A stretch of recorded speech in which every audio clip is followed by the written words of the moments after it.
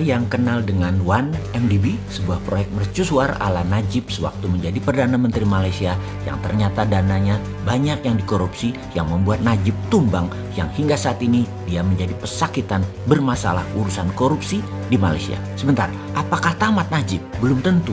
Pejuang seperti Najib tidak akan selesai di sini. Perdana Menteri Malaysia saat ini, Muhyiddin Yassin, menurut banyak pengamat internasional akan menemukan tantangan karena UMNO, partai terbesar di Malaysia, menggeliat bangun. Saat ini dengan dana sisa $1 bilion recehan rempahan korupsi 1MDB, Najib bisa bangkit lagi. Mahathir sudah mulai lemas tak berdaya membangun partai namun tak akan berhasil melawan Najib ke depannya. Lalu musuh abadi Mahathir, Anwar Ibrahim, juga tidak dapat tempat di kabinet serta tidak berpeluang memimpin pemerintahan mulai kekurangan tenaga saat ini. Tenaga atau daya dalam politik di Malaysia adalah uang. Najib Razak, UMNO masih terlalu sakti untuk jangka panjang permainan politiknya.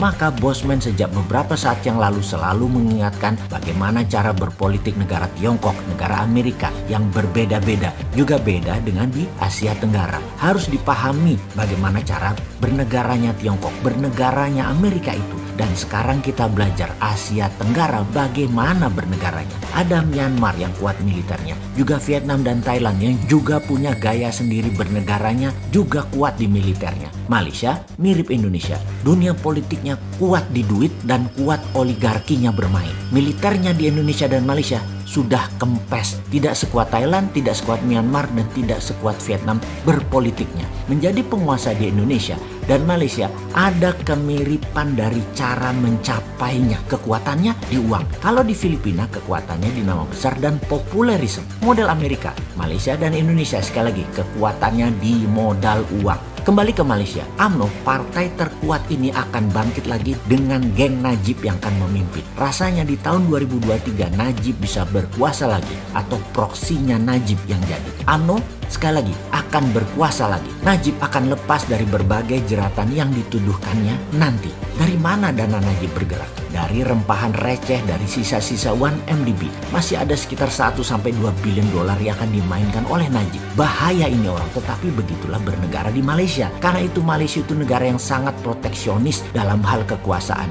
Media itu 100% di bawah kendali pemerintahan. Pemimpin dari partai kuat UMNO pastilah akan kendalikan semuanya. Sungguh, kebebasan berpendapat di Malaysia tidak sebebas di Indonesia. Juga kebebasan bersuara di Singapura tidak sebebas di Indonesia. Indonesia ini jauh lebih baik. Kita ini para pengkritisi yang pakai solusi ini hanya diganggu buzzer doang yang dibiayai oleh penguasa saat ini. Buzzer tersebut, buzzer yang membangun opini hater, gampang sebenarnya dikalahin karena mereka kebanyakan orang yang hanya bisa ngomong, tak ada dasar pengetahuan kekinian, dan kebanyakan ekonominya pas-pasan, bayaran bulanan atau bayaran tahunan atau apapun yang diterima buzzer yang tugasnya hanya menghina orang, hanya memaki orang, menjelekkan orang, itu buat makan anak bininya. Banyak orang yang yakin bahwa semua ini akan menjadi penyakit di hari tuanya buat mereka. Gak berkah. Karena itu buzzer jangan dilawan, malah minta diserang. Konsep-konsep solusi kita tuh minta diserang biar mereka ada kerjaan. Dan ketika mereka mulai menjelek-jelekkan kita, itulah masa kita dapat berkah dan mereka dapat tulah.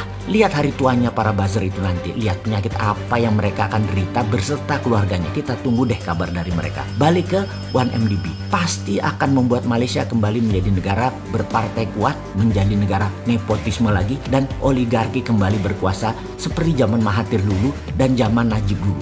UMNO akan kuat lagi. Sekarang ke negeri jirannya Malaysia, Indonesia tercinta. Indonesia muncul SWF. Nah, ini nih seru. Begitu Pak Presiden mengatakan siap dikritik dan Pak Menteri Pramono juga mengatakan pemerintah siap dikritik keras, maka di sini tantangannya. Kita mau mengkritik nih, bener lapang hati ya, atau hanya menjebak nih. Tapi apa Sontoloyo keder?